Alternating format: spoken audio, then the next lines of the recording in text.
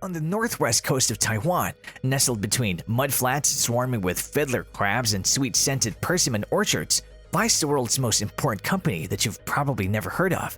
Taiwan Semiconductor Manufacturing Company, or TSMC, the world's largest contract manufacturer of the semiconductor chips, differently known as integrated circuits or just chips, that power our phones, laptops, cars, watches, refrigerators, and more. Its clients include Apple, Intel, Qualcomm, AMD, and Nvidia. The world's largest contract semiconductor maker has stopped taking new orders from Huawei Technologies, one of its largest customers.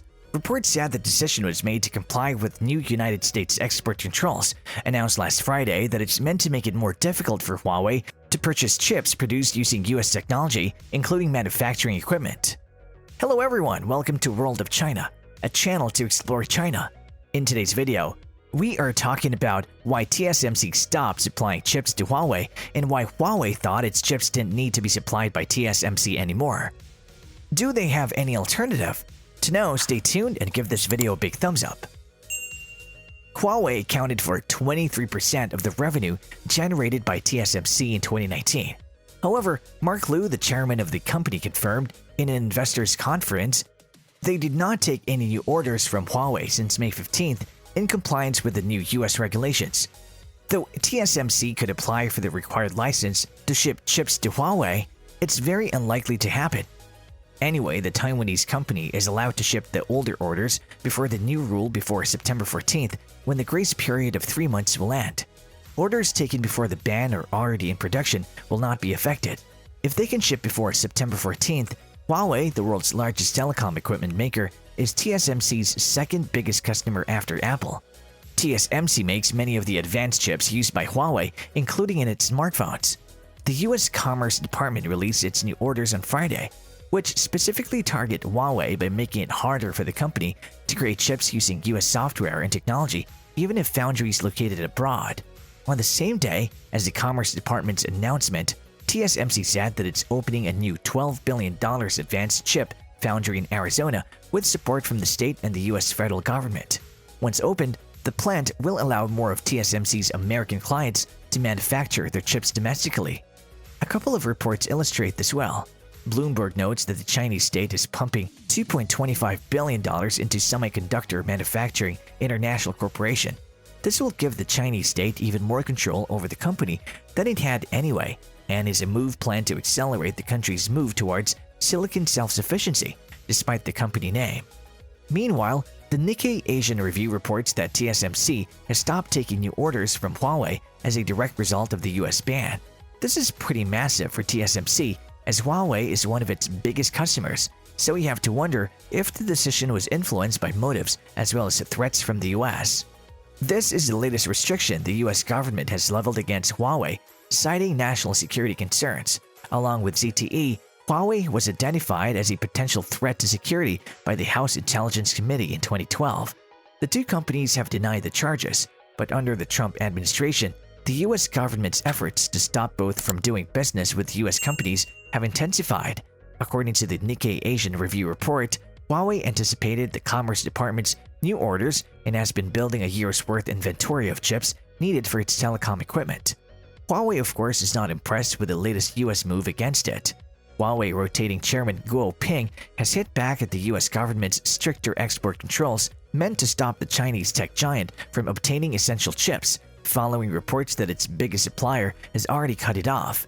Guo sat on stage at Huawei's annual analyst summit, who still haven't figured it out. The US government persists in attacking Huawei, but what will that bring to the world? Huawei made a statement earlier today at its virtual analyst event. There they said, the US government added Huawei to the entity list on May 16, 2019, without justification. Since that time, and even though several key industrial and technological elements were made unavailable to us, we have remained committed to complying with all US government's rules and regulations. At the same time, we have fulfilled our contractual obligations to customers and suppliers and have survived and forged ahead against all odds. The decision was arbitrary and pernicious and threatens to undermine the entire industry worldwide.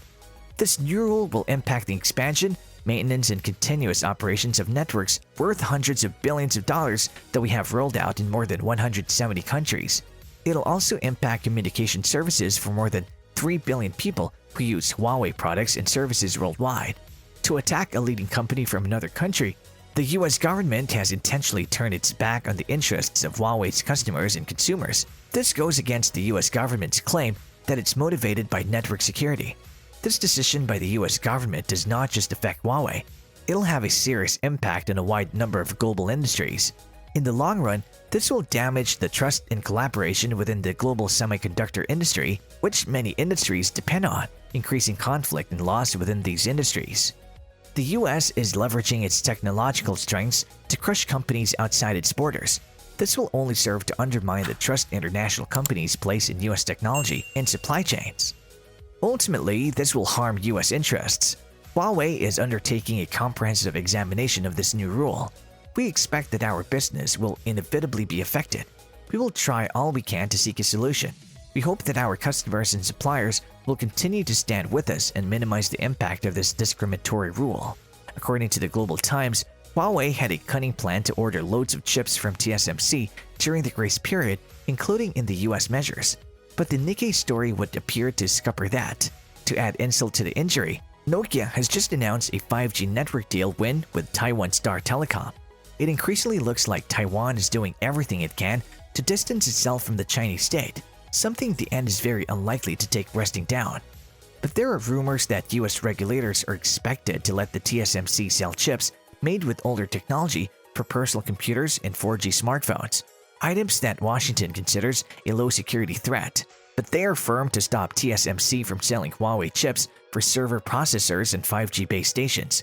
Huawei has in the past suggested that it could switch its chip supply to Samsung in this eventuality. The company has also recently been exploring domestic chip production through China's Semiconductor Manufacturing International Corporation, or SMIC, which just received a $2.2 billion investment from the Chinese government. SMIC is a relatively tiny competitor to TSMC. However, it would take a long time to climb up to Huawei's cutting-edge demands. Last week, SMIC started mass production of Hilsiken's Kirin 710A processor on its 14nm node, but TSMC is expected to move onto a more advanced 5nm process this year. Even the original Kirin 710 was manufactured by TSMC at 12nm, and that was a mid-range chip in 2018. China's technology giants have been pushing to develop their semiconductors or chips, a move seen as the development toward China's goal to become self-reliant in critical technology. In reality, China is still a long way off, even if it's one step closer to self-sufficiency. Semiconductors are key components in everything from smartphones to modern refrigerators to cars. They've also become a key focus on the broader technology battle between the US and China. The world's second largest economy has for years invested heavily into boosting its domestic chip industry, but it has struggled to catch up with rivals in the US and other parts of Asia. Increasingly, semiconductors are seen as key to national security for many countries and a sign of technological prowess. There has been a slew of announcements from major Chinese technology companies this year regarding chips made in China. While these companies are designing their chips, they might still have to rely on foreign tools to do so. But when it comes to manufacturing and the broader supply chain, China's internet giants are still heavily dependent on foreign companies. According to experts, the country is still heavily dependent on foreign technology and lagging in the so-called leading-edge part of the chip market. The reliance on foreign companies leaves Chinese firms vulnerable to any geopolitical tensions, as was the case with both Huawei and SMIC. Huawei designed its smartphone processor called Kirin. The chips were usually based on the latest technology and helped the Chinese smartphone giant become one of the biggest smartphone players in the world. China may be ahead of its rivals in some areas of chip development, but it'll find difficulty catching up with cutting-edge technology, at least in the short term.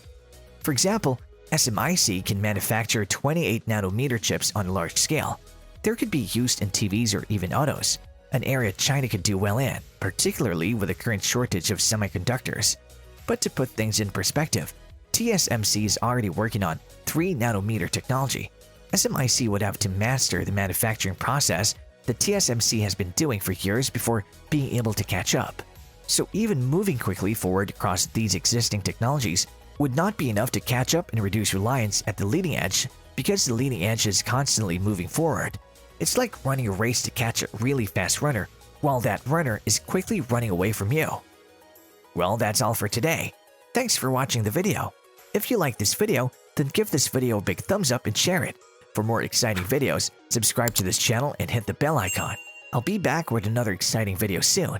Till then, check out our channel for more exciting videos and stay tuned.